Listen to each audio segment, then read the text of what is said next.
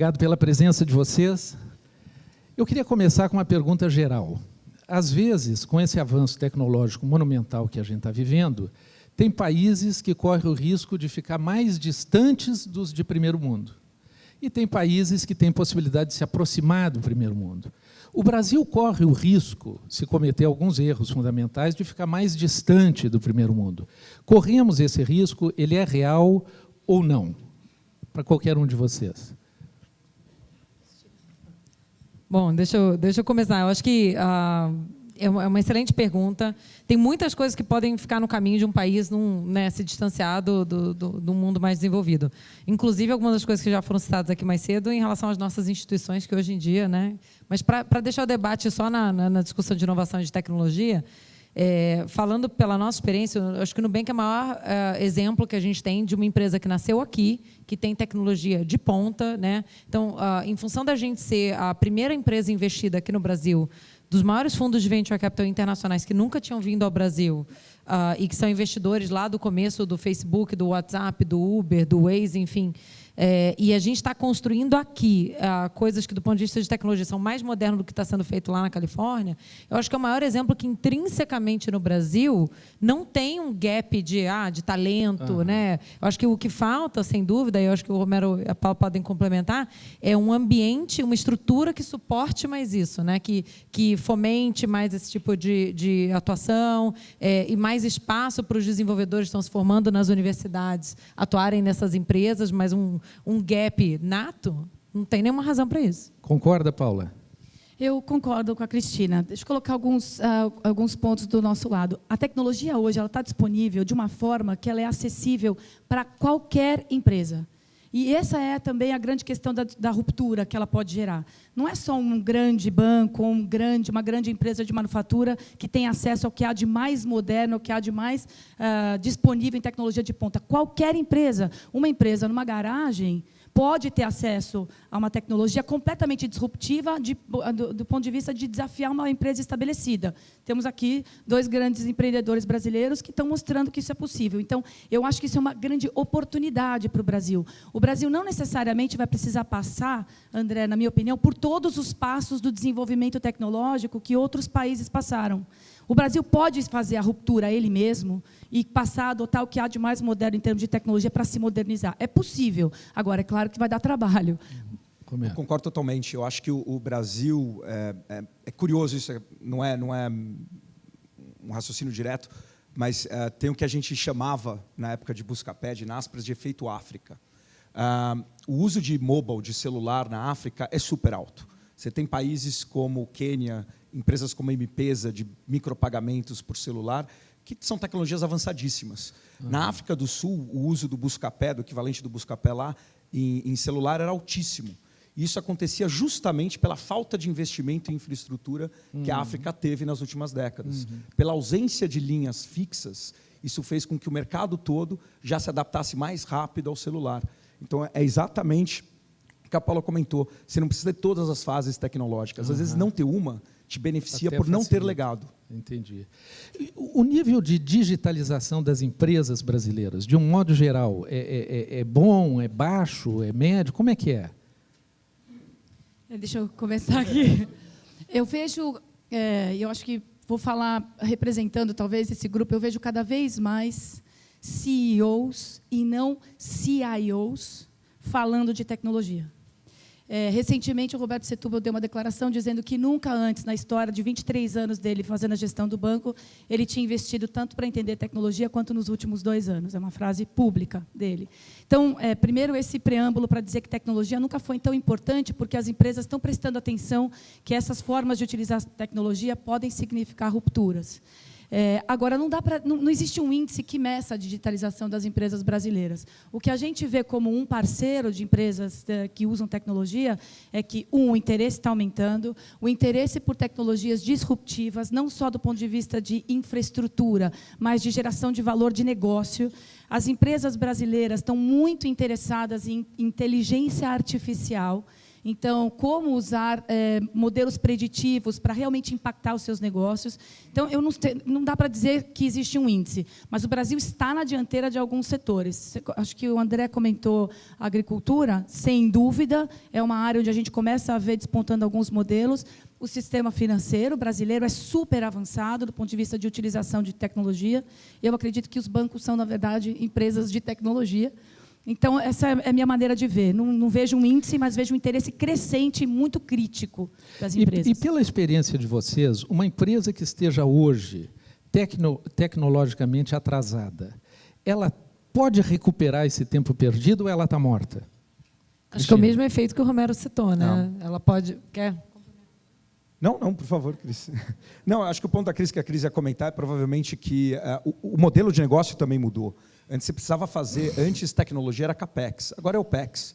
Então é muito mais fácil para alguém se atualizar. Você não tem que comprar grandes servidores, mainframes, sim, você não tem que alugar espaço em prédios que sejam level 3 ou que seja. Ficou muito mais simples. Você, com um cartão de crédito, você faz o seu catch-up tecnológico. Há 10 anos atrás, não. A gente começou a buscar pé instalando servidor, literalmente abrindo e montando máquina. Hoje não existe mais isso, nenhuma startup tem servidor. Então isso faz com que esse catch-up seja mais barato e instantâneo. Entendi. A gente tem que lembrar que tem muita startup que tem um modelo de negócio B2B, né? E que a vida delas depende delas encontrarem essas empresas que estão atrás na tecnologia e oferecer um serviço para ela que vai permitir que essas empresas cheguem, né, onde elas precisam estar em termos de eficiência e de produtividade. Então, esse é o desafio do setor. E, como o Romero falou, as barreiras caíram muito. Hoje em dia, tem muitas empresas começando justamente com essa missão. E a crise afetou muito o investimento em TI? Eu acredito que tecnologia é meio. Tecnologia não é fim. Tecnologia é o meio da gente fazer as coisas acontecerem de uma forma melhor, tanto na vida das pessoas quanto nas empresas. A crise, a tecnologia teve um papel fundamental, porque as empresas, vocês, CEOs, ficaram todos muito críticos com relação aos seus investimentos. Então, abriu-se um diálogo muito grande para otimização das operações, ou seja, como a tecnologia pode ajudar a otimizar as operações, reduzindo o custo investido, e procurando as inovações que só pela tecnologia vão trazer a ruptura. Então, neste momento, claro que existe uma paridade entre os investimentos de tecnologia e o PIB, por exemplo, mas a gente vê que as empresas brasileiras estão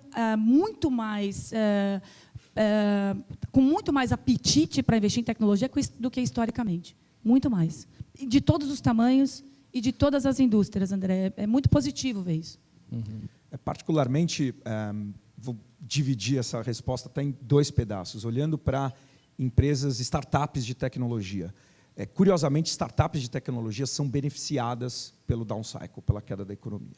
Primeiro, porque você tem mudança de comportamento. A economia está pungente, o consumidor adiciona novas coisas na carteira.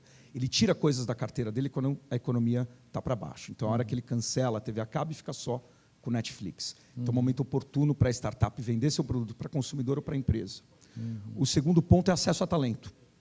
Quando a economia está fraca, é mais fácil a startup trazer gente talentosa para complementar o time. Do ponto de vista de grandes empresas, o comportamento que a gente tem visto muitas vezes se a economia está crescendo e a empresa está entregando o resultado e está crescendo vendas, não existe uma preocupação tão grande em renovar o seu stack de tecnologia quanto existe no momento de crise.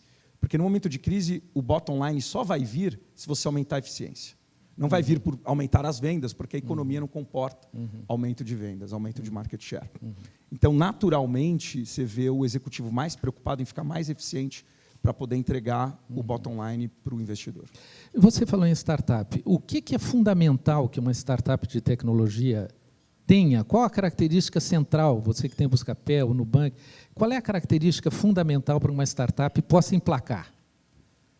Olha, no estágio que a gente investe, que é o que é chamado Série A, que é bem no início, é sem dúvida nenhuma o time. É uma aposta em pessoas.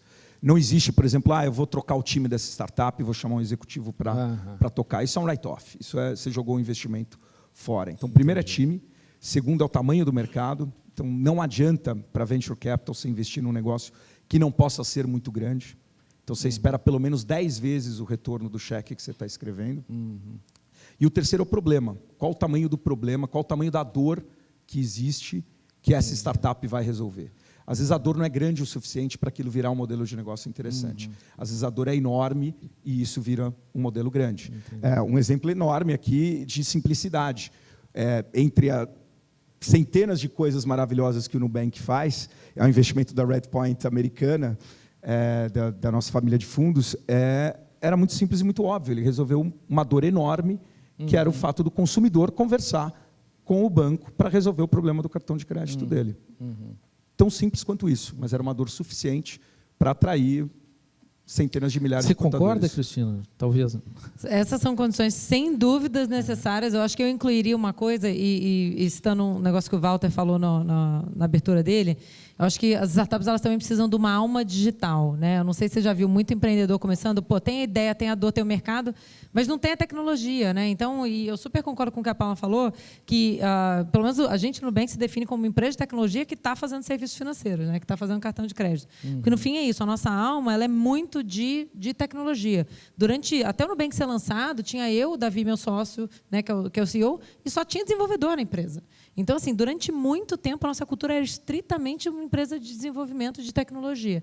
E eu acho que isso que trouxe para a gente essa alma digital e permitiu a gente continuamente, também para tocar no que já foi falado aqui mais cedo pelo Fernando, continuar não buscando a inovação marginal, mas realmente uma inovação de mudança de patamar. E só para acrescentar, André, eu acho que no Brasil a gente tem um fundo em parceria com outras empresas. Também uma das coisas que a gente vem reparando nas conversas é que, em geral, o investidor brasileiro, vocês são experts, mas é só um ponto de vista aqui, em geral, o startup, o empreendedor brasileiro, ele olha para resolver problemas locais, Brasil. Enquanto que startups globais ou de outros cantos do mundo pensam em resolver problemas globais. Para que a gente seja competitivo, um desafio para o empreendedor brasileiro é realmente ter esse olhar que vai além somente do mercado brasileiro. E a gente tem massa crítica para ir além. Então, eu acho que tem essa coisa aqui, uma grande oportunidade, seria um catch-up para o país também, de como esses empreendedores digitais altamente alavancados podem realmente ajudar a gente a digitalizar problemas ou resolver problemas além do Brasil. Paula, você falou um pouco antes sobre o interesse agudo dos empresários brasileiros em inteligência artificial. Fala um pouquinho sobre isso. Como é que você está vendo isso? A gente tem uma visão que talvez a gente não perceba ainda, mas a inteligência artificial ela é realidade, ela não é mais tendência. Ela está provavelmente nos motores de automação de processos do Nubank, ela já está provavelmente nas startups que o Romero está investindo, ela está nos assistentes pessoais que estão nos nossos dispositivos. A inteligência artificial vai permitir com que, por exemplo, o carro seja um novo dispositivo. Tudo é um dispositivo para que essa inteligência, esse machine learning, né, máquinas que aprendam, estejam fazendo mais pelas nossas vidas. Um princípio aqui, André, da inteligência artificial é que o tempo é o único recurso que é igualmente escasso para todos nós aqui. Não importa se a gente tem 10% do PIB, 0% do PIB, se a gente ganha o salário mínimo, o tempo é igual para todo mundo. E a tecnologia ela pode ajudar a gente a resolver a produtividade em tudo que forem tarefas repetitivas. É aí que a inteligência artificial entra. As máquinas que aprendem podem automatizar e tirar do nosso dia e das corporações as tarefas que geram nada mais do que peso, vamos dizer assim, nas realizações e concretudes da empresa. Então, a gente vê a inteligência artificial permeando todos os processos através de aplicações, agentes, bots, serviços, e tudo isso é possível porque tem uma grande infraestrutura vendida como serviço, OPEX e não CAPEX, que é a nuvem. Né? Sem o poder computacional da nuvem, não há como ter máquinas que aprendem na proporção que realmente vai fazer diferença nos processos das empresas e dos empreendedores e das pessoas. Faz sentido? Total. Vocês acham... O trabalhador brasileiro tem baixa produtividade em comparação internacional. Vocês acham que essa tecnologia ela pode resolver esse problema brasileiro da baixa produtividade do trabalhador brasileiro? Difícil essa pergunta, sobrou para mim, né? Ninguém quis responder. Eu posso contribuir. Então, eu acho que certamente a inteligência artificial, como a Paula comentou, ela vai automatizar muita coisa que esses trabalhadores hoje estão fazendo. Então, esse cara que hoje é pouco qualificado, pensa, tem muita gente aqui da indústria, né? Então, pensa em linhas de envase, né? Ou linhas de embalagem numa fábrica, né? As fábricas hoje mais modernas já estão 100% automatizadas nisso. Eu acho que o grande desafio aí passa a ser na educação, né? Porque se esse contingente de brasileiros não for educado, não aprender outras habilidades, né? Não for ensinado, treinado a executar outras tarefas, realmente difícil. E fazendo um gancho, eu acho que a Paula tocou na palavra-chave, porque o que diferenciou o homem das outras espécies foi a revolução cognitiva. Então, a gente tende a achar que tudo que é cognitivo está protegido. E, por incrível que pareça, em relação à inteligência artificial, é o que é repetitivo ou não. Então, tarefas cognitivas muito complexas, se forem repetitivas, elas estão ameaçadas. Então, diagnóstico médico, um cidadão que estudou anos e anos e anos para olhar um raio-x, a profissão desse cidadão está condenada, ela não vai existir em 20, 30 anos. O Watson sendo usado para cura do câncer, para diagnóstico de câncer, desculpa, é outro excelente exemplo. Então, a questão de empregos que vão ser substituídos ou não pela inteligência artificial está muito mais na característica repetitiva do que ser cognitivo ou não, ou ser manual. Né? Então, nesse aspecto, sim, vai melhorar, na minha opinião, a eficiência do trabalhador brasileiro. Simplesmente porque essas profissões não vão existir mais. Entendi. Mas eu gosto muito do que foi mencionado aqui, complementando, Romero, no vídeo de abertura. Né, a gente está vivendo a 4ª Revolução Industrial, não é a primeira. E desde a primeira Revolução Industrial, 1870, eu não sou expert, a gente só está estudando isso para entender as dinâmicas, a tecnologia ela trouxe mais oportunidades do que tirou. Então, realmente, vai haver essa questão de ruptura do modelo atual, como já houve na primeira, na segunda, na terceira Revolução Industrial, e o que a gente precisa fazer é realmente se preparar. 70% das crianças que estão se formando hoje, estão sendo educadas hoje, vão trabalhar em profissões que não existem. Como é que a gente, numa agenda, por exemplo, de Brasil, vai conseguir contribuir para essa transformação digital? Então, isso é uma questão crucial. Por outro lado, outras profissões estão se formando. Eu acredito que vocês estejam em busca de, por exemplo, cientistas de dados, pessoas que entendam, né, a vasta imensidão de dados que vocês têm dentro das suas empresas, e as startups lidam com isso também, Nubank, para tirar o maior proveito disso. Onde estão esses cientistas de dados? E olha a boa notícia, as nossas plataformas digitais, a gente oferece cursos de certificação para cientistas de dados. No Brasil, nos últimos 6 meses, 10.000 pessoas buscaram essas certificações de forma gratuita. Ou seja, existe uma atenção do profissional de tecnologia ou do jovem brasileiro com relação às tecnologias disruptivas. O que a gente precisa é aumentar o acesso, né? É realmente democratizar para que isso seja fato. E o problema, você tocou nisso, o problema do desemprego, né? Tecnologia desemprega. A Revolução Industrial desempregou muito, mas criou outras tantas funções. Agora, alguns especialistas dizem que a revolução tecnológica de agora pode desempregar e não criar função suficiente para essa massa toda. Vocês acreditam? Como é que vocês veem esse cenário? Eu acho que vai ter um impacto grande justamente na virada, assim como teve um impacto grande e teve muito protesto na última Revolução Industrial, e todo mundo que cuidava de... E o que é a virada que você fala? Eu acho que a virada é justamente esse gap entre a educação, o sistema de ensino entender quais são as novas necessidades e se adaptar. Então, é uma geração, vamos dizer. Uma geração pode sofrer, mas eu acho que o mercado se acomoda, a economia, nesse aspecto, vai se acomodar. Todos nós aqui vamos ter que vender para o mercado consumidor. Então, a gente vai querer que esse mercado tenha renda para poder consumir nossos produtos. O que a tecnologia faz, por outro lado, é tornar produtos que não eram acessíveis, agora acessíveis. Então, o diagnóstico preciso de câncer provavelmente estaria acessível só para as pessoas dessa sala. Vai estar acessível para a população inteira. Então, você tem ganhos não mensurados que me fazem discordar um pouco dessa análise radical. Bola de cristal é difícil, assim. Para mim, a única coisa que a gente que a gente sabe é que tem que continuar investindo na educação. Tem um dado do Instituto Todos pela Educação que hoje no Brasil só 7% dos alunos do ensino médio se formam com as capacidades básicas de matemática. Olha isso. Então, assim, a gente já está falando, pode ser, pode não ser, não tem a bola de cristal, será que vai substituir os empregos que foram automatizados? Não sei. Mas não vai substituir para quem não tiver educação, né? E essa é a situação hoje do Brasil. Então, acho que no fim a gente pode debater aqui muito, lá na frente a gente vai saber, mas a melhor coisa que a gente pode fazer é se preparar para isso. E hoje o Brasil não tem essa infraestrutura básica para se preparar. E tem um conceito, eu concordo 200% aqui com o Romero e com a Cristina, tem um conceito que é, o ser humano, André, ele foi preparado historicamente até esse momento para pensar linearmente. certo? E o que está acontecendo nesse momento com a ruptura é que as empresas que estão fazendo realmente as quebras no modelo de negócio, elas estão pensando exponencialmente. Né? Ou seja, elas estão lançando enquanto aprendem, enquanto desenvolvem, enquanto repensam, enquanto tudo isso ao mesmo tempo, de forma a impactar exponencialmente. Por que é o meu ponto com relação a isso? Porque a gente vai precisar repensar a forma de pensar também no Brasil. E é por isso que eu acho que eu tenho visitado polos de empreendedorismo no Brasil inteiro.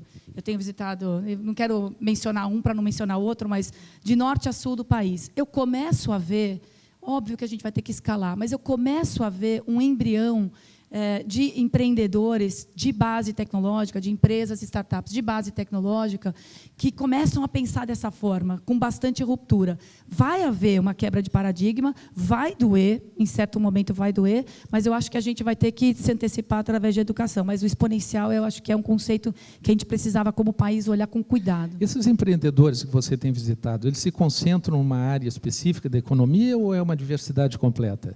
Não, você tem de todas as áreas, mas eu acho, como já foi mencionado antes até pelo André, a questão de agricultura a gente tem visto muito. Eu acabei de voltar do Polo do Nordeste, lá junto com um dos bancos de fomento públicos. Lá tem muito de agricultura, muito de fintech. Então, agritech, fintech, é super importante. A gente tem esse fundo com parceria, a gente tem visto muito interesse nessas duas áreas específicas. Mas se você pensar, por exemplo, em saúde, no Brasil, é tão embrionário ainda o desenvolvimento tecnológico na saúde brasileira que você começa a ver startups olhando a cadeia e interessadas em desmaterializar a cadeia através de tecnologia. Imagina a revolução que vai acontecer. A gente anunciou 5.000 pesquisadores para contribuir com a cura do câncer. Por que isso é tão importante, André? Antes, o conhecimento produzido por diversos pesquisadores, por exemplo, só como exemplo na cura do câncer, ele era impossível de ser consumido por outras pessoas, ou levaria anos, décadas para ser consumido. Com a capacidade computacional de hoje como serviço, você consegue processar todo esse conhecimento em horas. Horas. Quer ver um teste? A gente fez um teste de traduzir toda a Wikipedia com uma capacidade computacional da nossa plataforma de nuvem. A gente foi lá e separou uma carga, algumas máquinas virtuais. A gente traduziu Guerra e Paz e a Wikipedia em 2,5 segundos. Sensacional. Então, tudo isso para dizer o seguinte, não é que o homem sai de cena, mas as máquinas provavelmente não substituem, essa é a nossa forma de pensar, a capacidade de fazer perguntas do ser humano. A gente tem que ficar incrivelmente melhor em fazer as perguntas certas.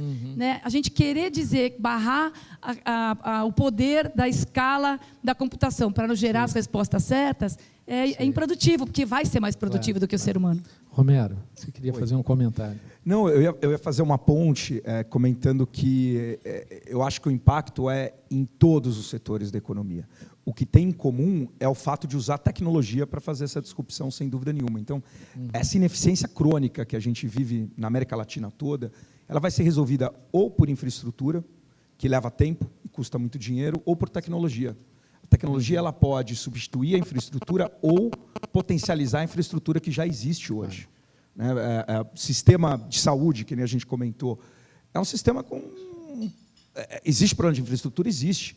Mas existe um problema enorme onde você tem capacidade ociosa, em muitos casos, e você tem fila, uma esquina depois, para usar um serviço público. Então, existe aí um problema de gerenciar a infraestrutura que existe, que tecnologia pode resolver facilmente. Em que área que vocês acham que vai surgir a nova tecnologia disruptiva, tipo Uber, ou Airbnb, ou Buscapé? Onde é que vocês acham? Vocês não têm essa resposta, senão estavam botando dinheiro nisso, não a resposta. Mas... Eu já botei. Eu sei, mas eu não vou já contar, botei. tá, gente? Eu já botei. O que seria? Eu acho que assim, se eu soubesse, eu não precisava construir um portfólio de investimento, investir em 25 empresas para encontrar. Eu acho que é muito difícil a gente prever, é muito difícil. Principalmente no estágio em que nós normalmente investimos, é praticamente impossível. A única coisa que você tem a seu favor é a estatística, é montar um portfólio, é ter uma tese forte. Eu brinco que boa parte do trabalho que a gente faz como investidor de capital de risco é identificar padrão. Né? Então, você não sabe necessariamente o que vai dar certo, mas você sabe coisas que potencialmente podem dar errado. E você usa esse conhecimento de padrão que você adquire 10 anos fazendo investimento para excluir aqueles bons projetos. E, curiosamente, o ser humano tem a tendência de um comportamento que eu brinco que é reconhecimento de exceção. Que é o seguinte, ele fala assim, não, mas uma empresa com 2 sócios, 50-50, marido e mulher, que são co-CEOs, por que não pode dar certo? Já deu certo uma vez. Então, o fato de dar certo uma vez, estatisticamente, não quer dizer nada. Claro. Então, boa parte desse trabalho é tentar remover esse ruído para você ficar com um portfólio talvez um pouco melhor. Mas a gente investe sabendo que 2/3 de todo o dinheiro que a gente coloca ou vai virar pó ou não vai dar retorno adicional nenhum. Esse último 1/3 é que vai trazer todo o retorno. Então, é muito difícil. Cristina? A minha visão é um pouco enviesada, né? Já falei, já botei meu dinheiro, né? Inclusive no Nubank. Né? Dinheiro, trabalho, vida, filho, né? Tudo. Mas eu acho que o que a gente está fazendo lá tem alguns traços que são interessantes que ajudam a identificar, acho que, as maiores oportunidades. Né? Não é à toa que a gente está lá. Primeiro, são grandes dores, eu acho que o Romero citou nisso antes, né? Quando ele estava falando sobre quais startups têm mais chance, mas grandes dores do consumidor. Né? Falando de serviços financeiros, hoje no Brasil, o brasileiro paga as maiores taxas de juros do mundo, as maiores tarifas do mundo, tem uma das piores experiências do mundo. Né? Então, não é possível que a tecnologia não consiga ajudar a resolver esse problema.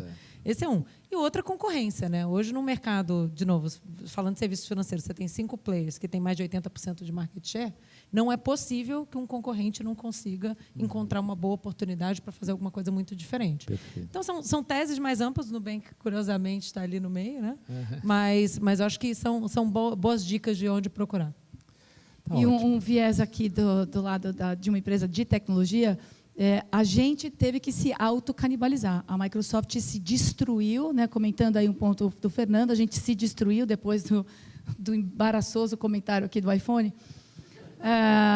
Mas a gente se destruiu para se reconstruir no modelo de negócio, onde a gente falou, o modelo de negócio anterior não vale mais, acabou. Queimam-se os navios, a gente vai completamente para a cloud. E aí, quando você percebe que isso é possível, se eu puder deixar algumas frases aqui. Se vocês não estiverem pensando na disrupção dos seus negócios, eu tenho uma péssima notícia. Alguém está. Alguém está, neste momento, pensando na ruptura de cada negócio, de cada indústria, independente do tamanho da área de atuação, no Brasil. Então, é importante que vocês saibam quais são os anticorpos, porque existem anticorpos da inovação nas empresas, a empresa é feita para proteger o legado, e vão atrás desses anticorpos e destruam. E a outra coisa, que a Cristina aqui corroborou a nossa crença, é que toda empresa, a partir de agora, é uma empresa de tecnologia. Não vai dar para escapar. Gente, enfim, queria agradecer a presença de vocês, o nosso tempo está acabando, né? Ou já acabou, já estourou. Muito bom, adorei, obrigado pela presença de vocês.